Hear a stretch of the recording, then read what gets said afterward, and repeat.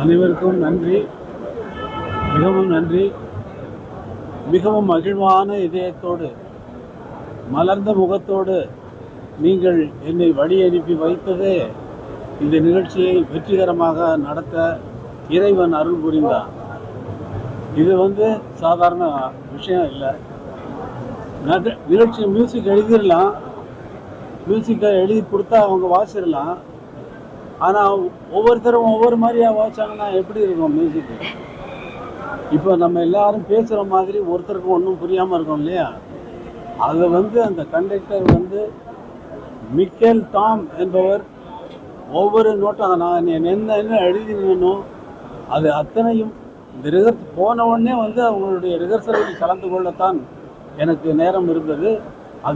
அது மிகவும் முக்கியமான விஷயம். ஏனென்றால் அது அரங்கேற்றும் பொழுது எந்த விதமான அந்த விதிமுறைகளுக்கு மீறியோ அல்லது விதிமுறைகளை அதிலிருந்து தவறுனாங்கன்னா விதிமுறைகளை மீறினதாக இருக்கும். அதனால் அவர் பெர்ஃபெக்டாக 80 பேர் சேர்ந்து அவர் அப்படி கையை தூக்குனார்னா, ஒரு கண்டக்டர் கையை தூக்குனார்னா சைலண்ட்டாக இருக்கும், மூச்சு விடுற சத்தமே கேட்காது. அப்போ நமக்கு வயிற்றெல்லாம் கலக்கி அந்த போட்டு எல்லாருடைய கவனமும் ஒரே ஒரு ஸ்வரம் வாசிக்கிறாங்கன்னு வச்சுக்கோங்க. எல்லாரும் அந்த ஒரு ஸ்வரத்தை கையை காட்டி இப்படி வாசிக்கும் பொழுது எல்லோருடைய கவனமும் அந்த ஒரு நோட்டில் இருந்து அவர்கள் வாசிக்கும் பொழுது கேட்கிறவர்கள் மூச்சு விட மறந்து விட்டு என்று பார்த்து கொண்டிருக்கிறாங்க. ஒரு ஸ்வரத்துக்கு இந்த கதி என்றால் சிம்பனி முழுக்கவும் 4 பகுதிகளாக கொண்டது. First moment, second moment, third moment, fourth moment. ஒவ்வொரு ஃபுல்லாக வெஸ்டர்ன் மியூசிக்கில் என்னென்னா ஒரு சிம்பனி வாசித்து 4 மூமெண்ட்டும் முடிகிறது வரைக்கும் யாரும் கைத்தட்ட மாட்டார்கள், கைத்தட்டக்கூடாது, அது விதிமுறை. ஆனால் நமது ரசிகர்களும் அங்கு வந்திருந்த பொதுமக்களும் அங்கு வந்திருந்த ரசிகர்கள் அனைவரும் ஃபர்ஸ்ட் மூமெண்ட் முடிஞ்சோடனே கைத்தட்டுறாங்க. கண்டக்டருக்கு அவங்க வாசிக்கிறவங்களுக்கும் ஆச்சரியம். 80 பேர் வாசிக்கிறாங்க, எல்லாருக்கும் ஆச்சரியம். திரும்பி என்ன பார்க்குறாங்க, கண்டக்டர் என்ன பார்த்து சிரிக்கிறாரு. அப்படித்தான் இப்படி ஒவ்வொரு மூமெண்ட்டுக்கும் கைத்தட்டி பாராட்டுகளை கொட்டி கொண்டு அவர்களால் தாங்க முடியல. அந்த இசையினுடைய அந்த அமைப்பை கேட்டுவிட்டு அவர்களால் தாங்க முடியவில்லை. இன்னைக்கு அடித்தா நாளைக்கு ஆடுவோம். அப்போ ரசித்ததை நம்ம ஆட்கள் அப்போவே வெளிப்படுத்தினாங்க. அந்த அந்த அந்த நேரத்தில் ரசிப்பதை அவர்கள் அந்த நேரத்தில் அவர்களுடைய மகிழ்ச்சியை எப்படி தெரிவிப்பது? கரகோஷம் கொண்டு தான் தெரிவிக்க முடியும், கரகோஷம் கொண்டு. அது மாதிரி இது எல்லா இசை வல்லுநர்களாலும் பாராட்டப்பட்ட ஒரு சிம்பனி. அது உங்கள் வாழ்த்துக்கள். நீங்கள் வாழ்த்து, மனமாற வாழ்த்து என்னை அனுப்பினீர்கள் அல்லவா? அந்த மகிழ்ச்சி இந்த தமிழ்நாட்டிற்கும் இந்தியாவிற்கும் பெருமை சேர்க்கக்கூடிய ஒரு பெரிய நிகழ்ச்சியாக இது மாற்றம் எடுத்திருப்பது இறைவனுடைய அருளால். முதல்வர் அரசு மரியாதையோடு என்னை வரவேற்றது எனக்கு மிகவும் நெஞ்சத்தை நிகழ வைக்கிறது. முதல்வர் அரசு மரியாதையோடு வரவேற்றதைப் போலவே தமிழக மக்கள் அனைவரும் என்னை வாழ்த்தி கொண்டிருப்பது, வரவேற்பது எனக்கு மிகவும் பெருமையாக இருக்கிறது. இந்த இசை நிகழ்ச்சியை, இந்த இசையை நீங்கள் டவுன்லோடு செய்து கேட்கக்கூடாது. டவுன்லோடுன்னு சொல்கிறப்ப மட்டமாக நினைக்காதீங்க. என்னென்னா இதை நேரடியாக கேட்கணும். என்னுடைய மக்களை நான் நேரடியாக இசைத்து அந்த அந்த அந்த அனுபவத்தை, அது வேற. நீங்கள் அங்கே உட்காந்து அந்த சைலண்ட்டாக அந்த 80 வாத்திய கருவிகளும் அப்படியே கேட்கும். 80 வாத்திய கருவிகள் மற்ற ஒலிப்பதிவுகளில் கேட்குமா? கேட்காது. நான் எவ்வளவோ பாடல்களை ரெக்கார்ட் செய்து கொண்டிருக்கும் பொழுது கூட ஒரு நோட்டு பிசகுனாலும் விடமாட்டேன், போட்டு வாங்கி விட்டுருவேன்.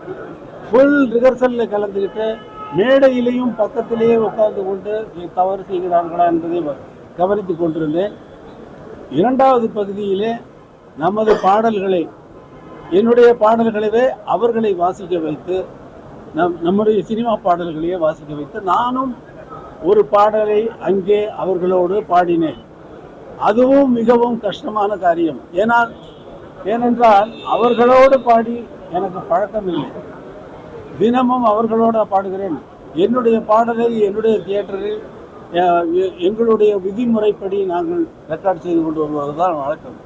ஆனால் அவர்களோடு பாடி அந்த பாடலுக்கு மக்கள் கைத்தட்டி மிகவும் நல்ல வரவேற்பு கொடுத்தார்கள்.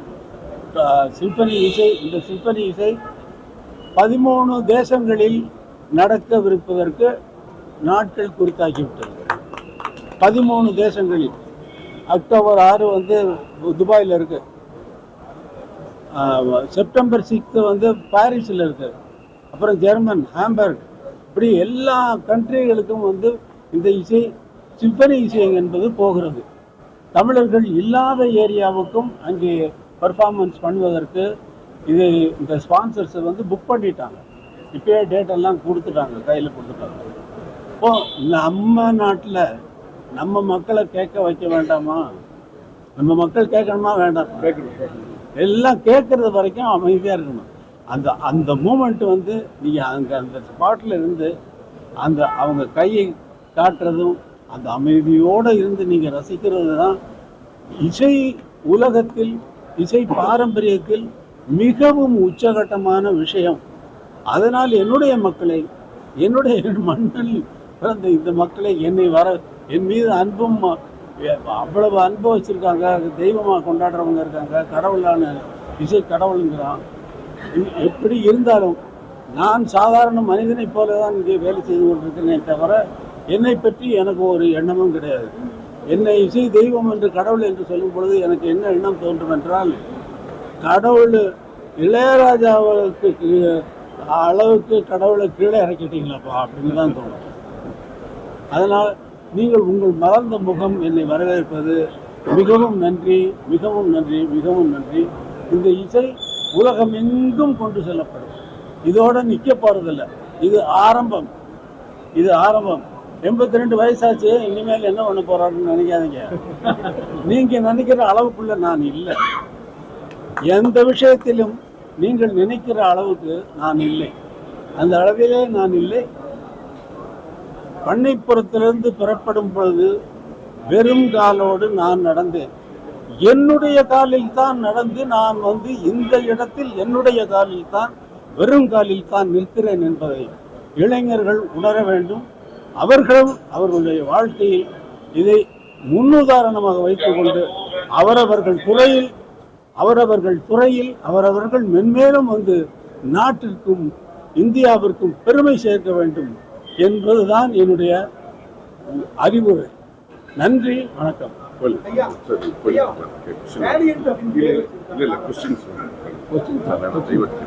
ஏன்னா கொஸ்டின்ஸ் வந்து நான் இப்போ வந்து எவ்வளோ பேசிட்டேன் இல்லையா, கண்டினியூஸாக வந்து ஒர்க் பண்ணிட்டு இடையே விடாமல் பிரயாணம் பண்ணி நான் இங்கே வந்திருக்கேன்.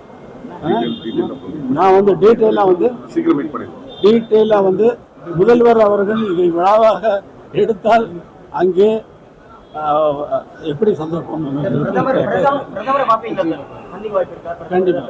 கண்டிப்பா